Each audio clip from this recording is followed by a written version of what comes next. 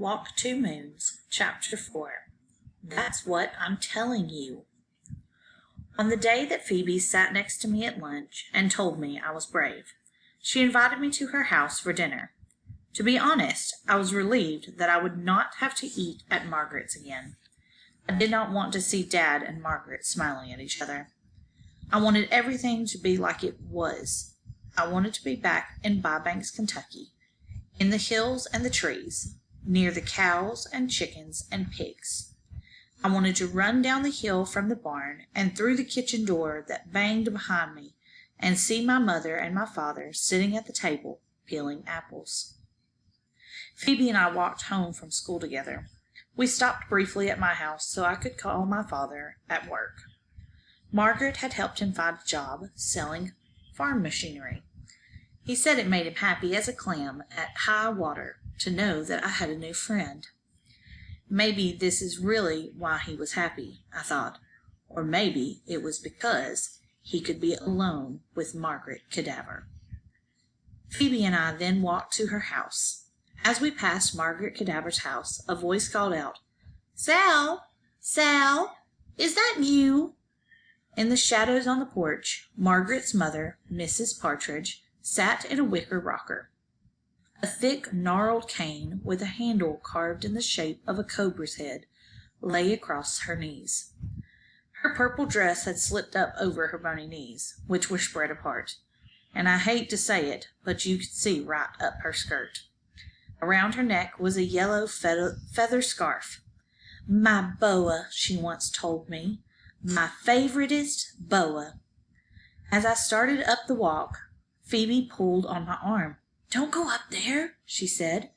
"It's only Mrs. Partridge," I said. "Come on." "Who's that with you?" Mrs. Partridge said. "What's that on her face?" I knew what she was going to do. She did this with me the first time I met her. Phoebe placed her hands on her own round face and felt about. "Come here," Mrs. Partridge said. She wiggled her crooked fingers at Phoebe. Mrs. Partridge put her fingers up to Phoebe's face and mushed around gently over her eyelids and down her cheeks. "Just as I thought. It's 2 eyes, a nose, and a mouth." Mrs. Partridge laughed a wicked laugh that sounded as if it were bouncing off jagged rocks. "You're 13 years old." "Yes," Phoebe said. "I knew it," Mrs. Partridge said. "I just knew it." She patted her yellow feather boa. "This is Phoebe Winterbottom," I said. "She lives right next door to you." When we left, Phoebe whispered, "I wish you wouldn't have done that. I wish you hadn't told her I lived next door." "Why not? You don't even know Mrs. Cadaver and Mrs. Partridge very well. They haven't lived there very long, only a month or so. Don't you think it's remarkable that she guessed your age?" "I don't see what's so remarkable about it." Before I could explain, Phoebe started telling me about the time that she and her mother and father and sister Prudence had gone to the state fair. At one booth, a crowd was gathering around a tall, thin man. "So what was he doing?" I asked. "That's what I'm telling you," Phoebe said. Phoebe had a way of sounding like a grown-up sometimes. When she said, "That's what I'm telling you," she sounded like a grown-up talking to a child. What he was doing was guessing people's ages.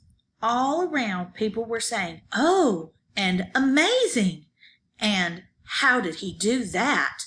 He had to guess your age correct within 1 year or else you won a teddy bear. "How'd he do it?" I asked. "That's what I'm telling you," Phoebe said.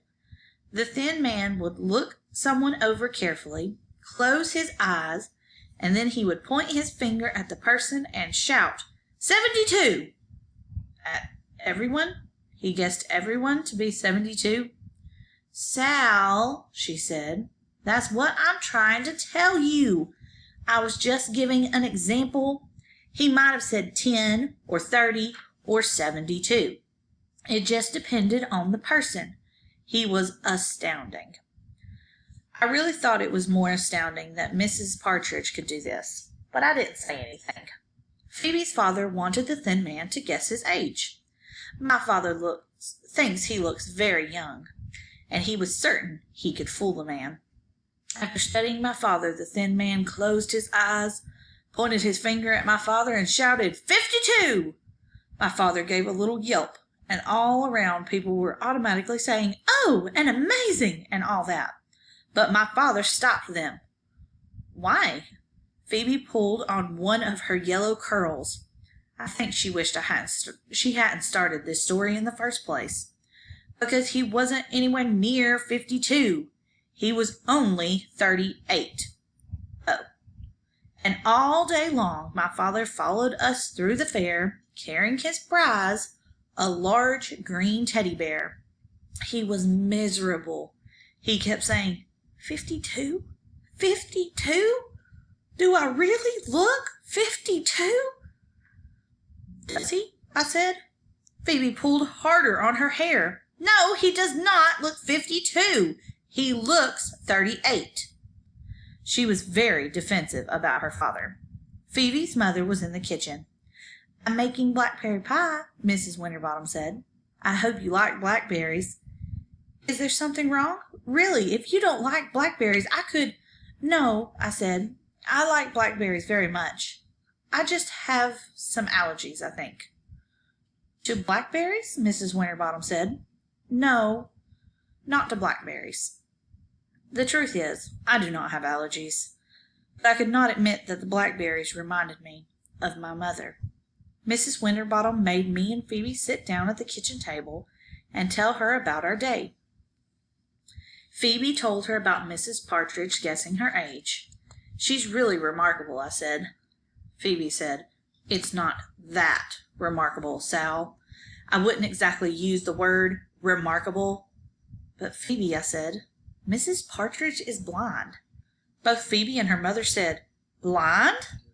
Later, Phoebe said to me, Don't you think it's odd that Mrs. Partridge, who is blind, could see something about me? But I, who can see, was blind about her. And speaking of odd, there's something very odd about Mrs. Cadaver. Margaret, I said, she scares me half to death. Phoebe said, Why? That's what I'm telling you, she said. First, there is that name, Cadaver. You know what cadaver means? Actually, I did not. It means dead body. Are you sure? I said. Of course I'm sure, Sal. You can check the dictionary if you want. Do you know what she does for a living? What her job is? Yes, I was pleased to say. I was pleased to know something. She's a nurse. Exactly, Phoebe said.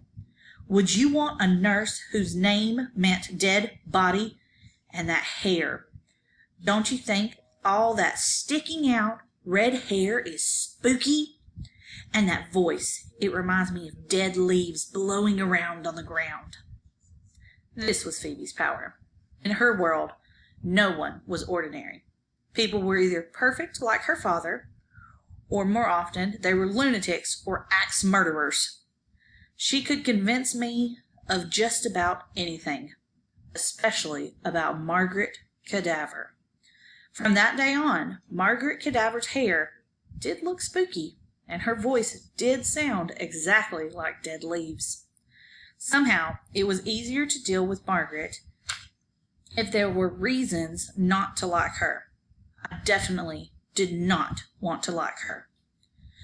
Do you want to know an absolute secret? Phoebe said. I did. Promise not to tell. I promised. Maybe I shouldn't, she said. Your father goes over there all the time. He likes her, doesn't he? She twisted her finger through her curly hair and let those big blue eyes roam over the ceiling. Her name is Mrs. Cadaver, right?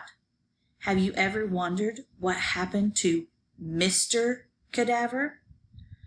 I never really thought about... Well, I think I know, Phoebe said. And it is awful. Purely awful.